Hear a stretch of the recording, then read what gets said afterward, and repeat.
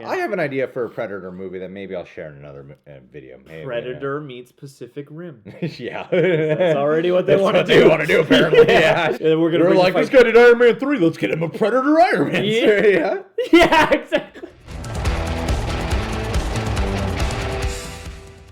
Hey Reject Nation, it's Greg Alba here. And I'm John. So you might have noticed that we did a non-spoiler review of The Predator. One of the things we kept talking about in that review was how the movie really is amazing. It's amazing. It's incredible. It's groundbreaking. Better than the 1987 original. Better than every Alien movie. We kept saying how like the first 2/3 are alright, even though a lot of it's dumb, we still enjoyed it. It's still very entertaining. When it gets to the last like half hour, pretty much the finale, the whole third act, and especially the final moments of the film is when it just gets flat out awful. Just really, really bad. Very good. So I thought it'd be fun if we actually talked about it. We're not going to do a breakdown of the movie. We're not going to do a full spoiler talk. We're going to strictly stick to the finale of this movie because that's the most fun part of this film, the bag on, honestly. Here's where I felt the film really lost it, when it started to just digress drastically. It's at the all is lost moment of this movie. Somewhere where the all is lost in Dark Night of the Soul. It's whenever they're at the farm. Yeah, it's at a farm, some ranch they're at. Sterling K. Brown shows up. It was right around the time Sterling K. Brown starts to talk about what the predators are doing. Something about climate change. Predators are attracted to heat. Yeah, they like a hot, shitty climate, and Earth is, we got one generation, 2 generations tops. They're moving in. Yeah, so they're trying to grab the best humans. Yeah, the finest specimens for them to incorporate into their DNA. Once they got like climate change talk, I don't like that. I don't like when movies like this especially try to get more important than what they are. They're already talking about Tourette's. They're already talking about PTSD. They're already talking about Asperger's. And using none of it. Too much. Then you start to get like a lot of really bad editing. It starts moving faster than it already has been moving. Dialogue starts getting snappier in not a good way, but in a rush. Let's get this out of the way kind of way. Let's wrap this up. Everyone's cool now. Even Keegan-Michael Key and someone else shows up with a helicopter from a news station, and I didn't even take the time to go, how? What? There's a just lot like, of that. all right, whatever. Let's just get this over with. There are a lot of moments. It's the kind of movie that, at least for me, wasn't compelling enough to the point where I wasn't thinking about her hand would have totally been blown off, or that guy. How did they get there? How did she move so far so fast? All that stuff. So Sterling K. Brown then kidnaps baby boy McKenna, kid from Wonder, the kid with Asperger's, right? Because he has this ability to. Something about movies where kids with Asperger's and autism are the geniuses of the world. I want to know, because I've heard this in a couple movies. Is that thing where scientists believe that it's actually not a disability? It's just the next step of the human mind. Is I've that heard true? From people, I know people who work with autistic kids and people who work with children with Asperger's. A lot of times they can find that to be a rather insulting element in films. I'm not even going to go over that here. No, I'm not saying the way they use it here, because I don't think that's realistic at all. But just the idea that could be, the amount of like focus and ingenuity that can come from that, mindset. Do they ever say that? Are they taking advantage of this Lucy style and being like 100% of your brain? Never mind. I don't know, John. When they get to the finale, Sterling K. Brown has kidnapped the kid. He's bringing him to the spaceship. I remember having a thought of, is this what the finale is going to be? Is there even going to be the Predator anymore? Because the Predator's already dead. He already got his head smashed in. And then there's Upgrade Predator, who I kind of forgot about being in this movie by the time you get to the finale. And I started thinking, this is so dumb. Why is Sterling K. Brown now a defined antagonist of the movie? Yeah. Why is he now a bad guy? We don't need this element in the film. And who is he? Who is he exactly? The movie starts dropping incredible amounts of F-bombs to try to accentuate comedy or something like that. It becomes very lazy writing. What I found interesting is this movie decides to take time to have a reoccurring bit about the Predator shouldn't be called the Predator, how it should be called a hunter. It's a sport hunter. It's not a predator, that's a sports hunter. Well, we took a vote. Predator's cooler, right? Fuck yeah. And it's not an element that's explored at all in this film until this random finale, right? Because the upgrade Predator takes over the ship. He uses a translator, which is one of the best scenes of the movie when the Predator starts talking with us. It could have worked. I hated how Sterling K. Brown's team and then Boyd Holbrook's team start shooting at each other for 5 minutes as if these guys are going to have a showdown. Then right after Upgrade Predator gives a threat, they're like, let's put our differences to the side. There's no need for this Sterling K. Brown Everyone's being killing bad. everybody. Blah. There's no need for that. Yeah, it just kind of muddies an already muddy plot. Yeah. So Upgrade Predator decides, it seems like from what I gathered, Upgrade Predator had 2 specific missions. Kill the traitor.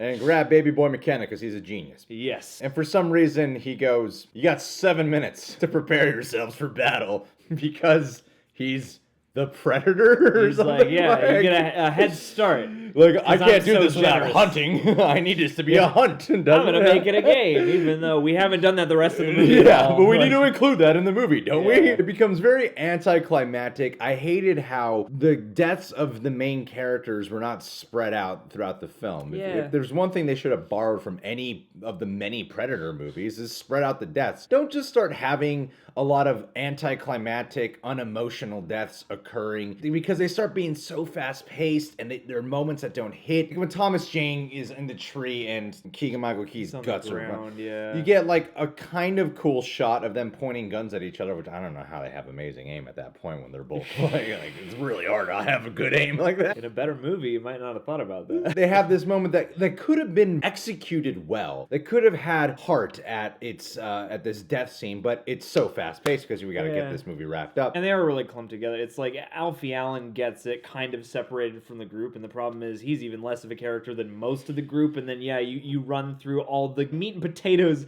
of this kind of movie is the picking off of each character and cool deaths and stuff. And really nobody gets a death. People just die. They don't get an impactful moment. In the No. moments that are clearly written to be that, they don't get it. Alfie Allen, when we saw the trailer, I remember pointing out, like, did they just show that probably he's gonna going to die? Theon Greyjoy going to die? Did they just give that away with, usually when the Predator locks target on you like that means you're dead. Yeah, maybe everyone's like, people won't care if they know Theon dies early Yeah, on. it's Theon, Yeah, it's Theon. And then, sure enough, in that trailer moment, he dies a second later from that bit. The movie just gets more ridiculous. Somehow it goes from nighttime into the daytime. Oh, yeah, they because fight this all fight night. this fight's going on for hours apparently. It keeps losing more and more logic as this finale keeps unfolding. He gets in his own spaceship with Baby Boy McKenna. Somehow all the rest of the remaining soldiers jump onto this spaceship that starts moving like at 100 miles per hour and they're Like, just, y'all got great treads on your shoes. Yeah, you guys are doing amazing. Yeah. Keeping balance here. This is That awesome. looks like a slick surface on that ship. Then the force field moment happens, which seemed kind of cool at first because the force field moment starts going over the spaceship. Baby Boy McKenna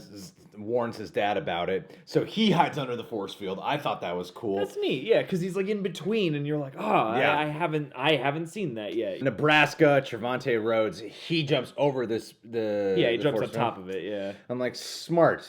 We need to kill off the Mexican guy because we need to. Or something. I don't know. For some reason, he's the one who decides to be an idiot And shoot at and it. goes, let me shoot at it, and gets sliced. I'm like, well, you deserve to die because of how stupid you are. Yeah. You must have seen those two dudes do one or Yeah, both of right? those things. Yeah, like you must have seen at least one option. And then a moment later, Nebraska, another moment that should have been an important sacrifice moment, is played out like, let's just get this over with. Throws himself into the engine of the ship, and then the ship crashes. What I love about this is Boyd Holbrook is just fine. He's A-okay. Yeah, you're all right. This whole movie, he's pretty great at everything.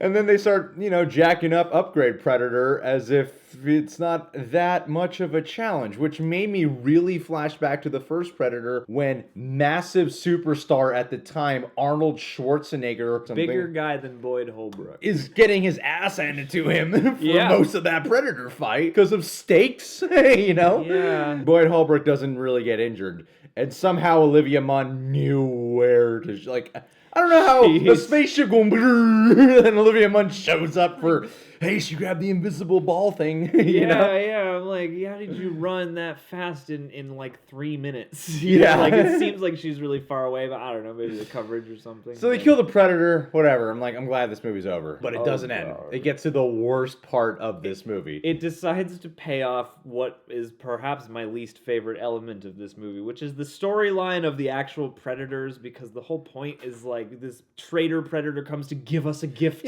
to safeguard us from the invasion of predators to come, which they don't ever bother to touch on the logic or rationale for that. Yeah. So it just feels very random. It creates so many questions because, first off, when Boyd Holbrook showed up, I was like, wait, did we just flash forward like 20 years? Because they're talking about his son. And I'm like, okay, I guess that's kind of neat. Some weird post-credit thing where like what should have been a post-credit scene is happening here of his son is now, a scientist or whatever, working them. Working there. Like, I thought it was going to be he's grown up and he's working there. That's not the case. It's like tomorrow. No childhood for you.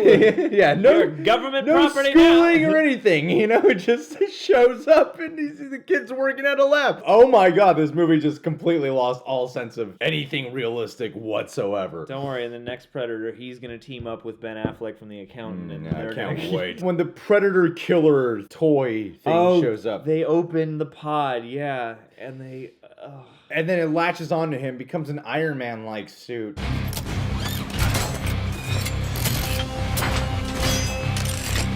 And it's the worst CGI out of the whole movie. The Predator Iron Man. Yeah, well, it looks like a weird bobblehead thing. It is awful. It is awful. And it's also just like so... It's like Shredder from the Ninja Turtles God, movie. I can't wait for a still of that thing to go online. I know, because whatever franchise they have planned, it's not going to happen. It's not. Yeah, it's just such a roided out suit, too. You're just like, it's covered in guns and knives and things. It's just so silly. It looked really so silly. dumb. And then it raises all these questions of, wait a minute. OG Predator brought this thing here as a gift to us. That was what he was doing. That's why he's a traitor. Why was he killing so many fucking people? Yeah, they at least established that they can reason and find ways of communicating. That Predator knows how to... He was able to chop off some guy's hand and knew that human talk would be like a thumbs up is a form of talking. Communication of some kind, I don't think would have eluded that Predator beyond killing everyone. I keep wondering, because Shane Black was like, I had to think of a way to up the ante, so I included Upgrade Predator. Part of me is going, are you sure that wasn't a studio note? Sure, because it seems like you had to throw in a lot of convoluted shit that doesn't really fit for this movie. Well, that's already a thing that's out of previous installments anyway. Like, they've already upgraded the Predator. We've already seen a bigger, crazier Predator. And so, like, I don't see really how that ups the ante of this movie just because we're back off the AVP timeline or whatever. Well, that ending was so, like, the suit was dumb. The idea was dumb. The reasoning for the suit that they have now is meant to set up sequels, but it also makes you question everything that took place earlier in the movie. It's a big part of what affects whatever enjoyability you had with that first 2/3 with the OG Predator. Well, it's what it leaves you with, It's the last impression the movie leaves on you before you leave. And I'm like, I don't want to see this sequel. This looks horrible. I don't want to see that suit. This looks and sounds like something I would have come up with in, like, 4th grade, when I was, like, writing a story or something like that. For the way the movie shapes up and the tone and the timbre and everything on screen, it just doesn't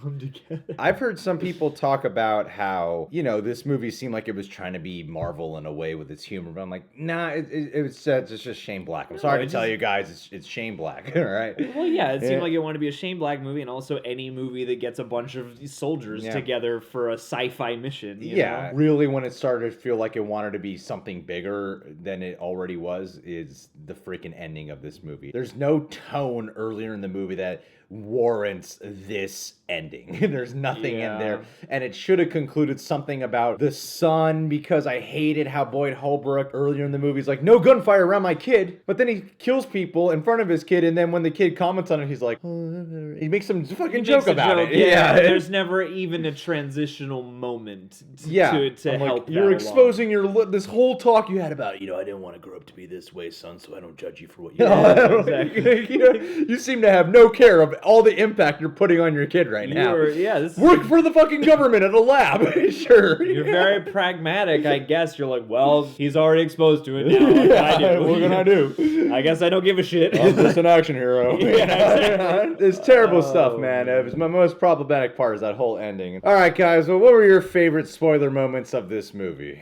Put it in the comments below. And would you see a sequel? Well, you can subscribe to the Reject Nation, click that notification bell, and hey, check us out on Patreon. We got full-length TV show reactions, weekly Q&As, a whole bunch of goodies. We'd love to have you become a Patronaject today.